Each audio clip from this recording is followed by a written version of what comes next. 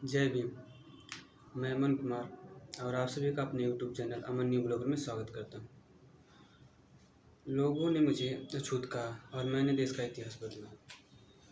जी हाँ, मैं डॉक्टर भीमराव अम्बेडकर की बात कर रहा हूँ, जिन्हें हम respected father, constitution of father, symbol of knowledge कहते हैं। आज उनके स्ट्रगल पे बात करेंगे। उनकी जो कहानी है, उनका अचीवमेंट जो है, उस पर हम बात करेंगे। तो आइए हम उन पर बात करते हैं। तो बाबा साहब जब पढ़ते थे, जब वो स्कूल जाते थे, उनकी किताब, उनकी जो कॉपी थी, बच्चे उफाड़ देते थे और उन बच्चों को नहीं डांटा जाता था। जो टीचर थे वहाँ के, उन बच्चों को नहीं डांटते थे, बल्कि बाबा साहब को ही बोलते थे। उनको क्लासरूम के बाहर बैठाया जाता था, वो खिड़की के माध्यम से पढ़ते थे। तो एक बार एक टीचर ने सभी बच्चों से सवाल पूछा कि ऐसी क्या चीज़ है जिसे हम छू नहीं सकते। तो सभी बच्चे ने कुछ ना कुछ बताया, लेकिन डॉक्टर भीमराव अम्बेडकर भी बाहर से हाथ उठाए।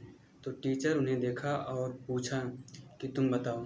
तो उन्होंने बोला कि सैमपट, जिन्हें हम आज ब्लैक बोर्ड, वाइट बोर्ड जो भी कहते हैं। तो उनकी यह कहानी है। उन्हें स्कूल में मटका नहीं छूने दिया जाता था। अगर मटका छू देते थे तो अछूत हो जाता था। कहीं बैठ जाते थे तो गंगा जल से धोया जाता था उस स्थान को। तो आइए आगे बात करते हैं कि बाबा साहब जब लंदन में लाइब्रेरी में पढ़ रहे थे, तब उन्हें पढ़ने का बहुत शौक़ था और वह लाइब्रेरी में छिपकर ब्रेड का टुकड़ा खाते थे। एक बार ऐसा हुआ कि लाइब्रेरियन जो वहाँ की थी, वह देख ली और डॉक्टर भीमराव अम्बेडकर को रोका और बोला कि ये रूल के खिलाफ है, तुम लाइब्रेरी में खाना नहीं खा सकते हो। तो डॉक्टर भीमराव अम्बेडकर ने कहा कि मैं कैंटीन अफोर्ड नहीं कर सकता, कैंटीन का खाना अफोर्ड नहीं कर सकता। और अगर हम लोग होते वहाँ से तो बोल देते कि ठीक है, अब से नहीं, या फिर सॉरी, जो भी बोलना हो बोल सकते थे। इसलिए मुझे यहाँ छिप छिप कर ब्रेड खानी पड़ती है। जो कि वो लाइब्रेरियन एक ज्यूस थी और उसने कहा कि आगे से आप मेरे साथ खाना खाओगे, मैं अपने घर से आपके लिए खाना लाऊंगी। बाबा साहब के इस ऑनेस्टी के कारण, जो कि वो लाइब्रेरियन उन्हें जानती भी नहीं थी, ना ही पहचानती थी, उनके लिए खाना लेकर आने लगी अपने घर से। मैं आपको ये भी बता दूं कि डॉक्टर भीमराव अम्बेडकर जी के लाइब्रेरी में 50,000 खुद की किताब थी, जो कि वो पढ़ते थे और उन्होंने अपने लाइफ टाइम में 32 डिग्रियां हासिल की थी। उन्होंने इकोनॉमिक्स में टोटल कोर्स 29 लिए और सोशोलॉजी में 6, फिलोसफी में 5, एंथ्रोपोलॉजी में 4 और पॉलिटिक्स में 3। और इतना ही नहीं, जर्मन में 1, फ्रेंच में 1 और एलिमेंट्री लैंग्वेज में ली। सोच कर देखिए, जिस इंसान को समाज पढ़ने नहीं देता था, धुतकारता था, आज उस इंसान ने पढ़ाई के दम पर अपनी फैमिली और अपने देश की पूरी दुनिया में पहचान बना दी। उन्होंने रिलीजन को भी लोगों को एनलाइटन किया। उनका मानना था कि man is not for religion, religion is made for man. वो बुद्धा के टीचिंग के बहुत बड़े फॉलोअर थे। बाबा साहब ने gain education, intelligence and skill, इन तीनों चीज़ों पर फोकस किया। वो अपनी एजुकेशन पर काम करते रहे, अपनी इंटेलिजेंस पर काम करते रहे और इन दोनों की मदद से वो अपने स्किल को ग्रो करते रहे। ये फार्मूला हमारे लिए भी हो सकता है कि हम अपने एजुकेशन को गेन करें, अपनी इंटेलिजेंस को इम्प्रूव करें और इन दोनों की मदद से अपनी स्किल को ग्रो करें।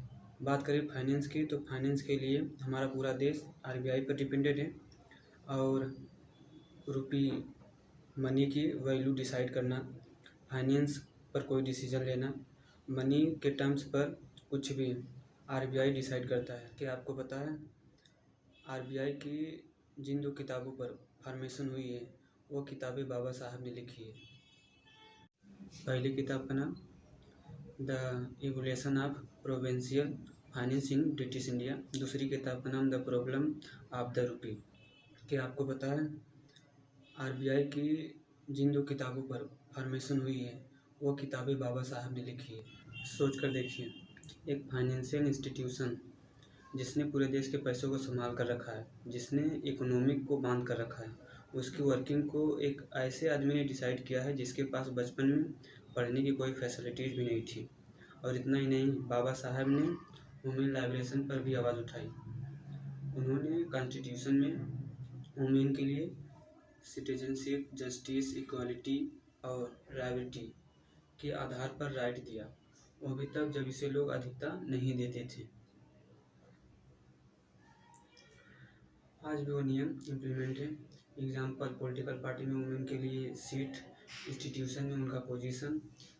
और मैं इतना बता दूं कि जो इंसान परेशान माहौल से उठता है वो अपने साथ साथ दूसरों के लिए भी सोचता है।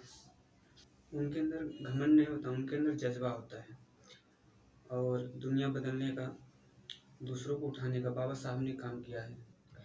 बाबा साहब को बचपन में स्ट्रीट लाइट के नीचे पढ़ने नहीं दिया।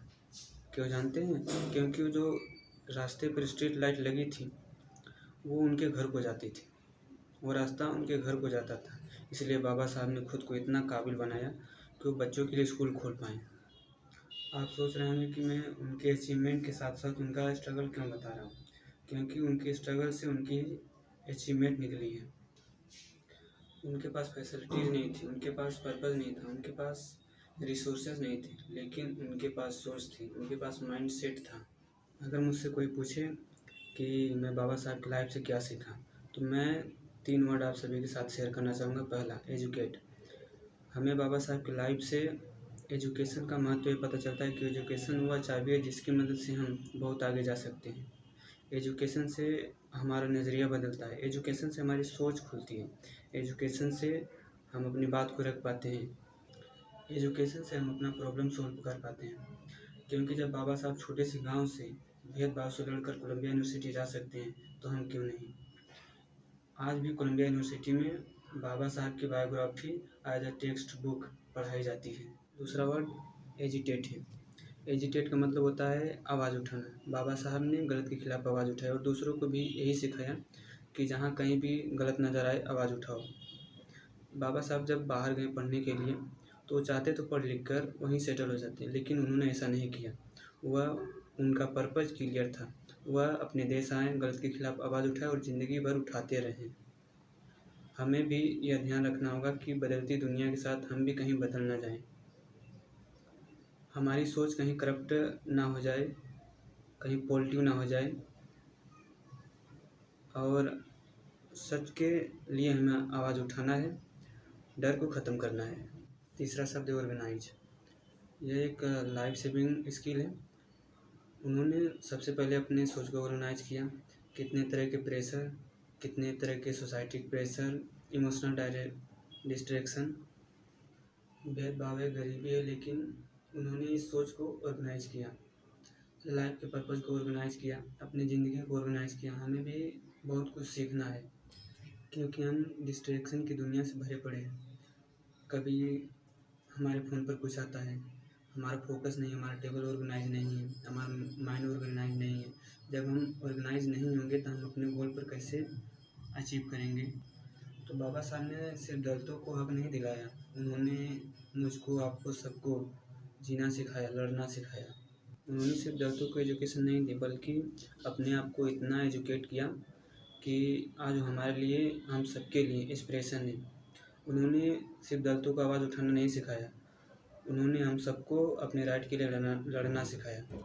उन्होंने सिर्फ सक्सेस अचीव नहीं की, उन्होंने फर्श से अर्श तक, ज़मीन से आसमान तक हमें रास्ता दिखाया। आप लोगों को शायद ये नहीं पता होगा कि इंडिया के फर्स्ट लॉ मिनिस्टर बाबा साहब दुनिया के ऐसे अकेले इंसान हैं जिन्हें लंदन स्कूल ऑफ इकोनॉमिक्स ने डॉक्टर ऑल साइंस का टाइटल दिया है। इस टाइटल को पाने के लिए बहुतों ने कोशिश की, लेकिन यह टाइटल सिर्फ उनको ही मिला। ऐसे इंसान को हमारा नमन है। उनको इतनी उनके स्ट्रगल को, उनके अचीवमेंट को, उनके सक्सेस को हमारा रिस्पेक्ट है और उनके मेहनत को हमारा नमन है। जय भीम, नमो बुद्धाय। मिलते हैं किसी अगले वीडियो में, तब तक के लिए जय हिंद, जय भारत।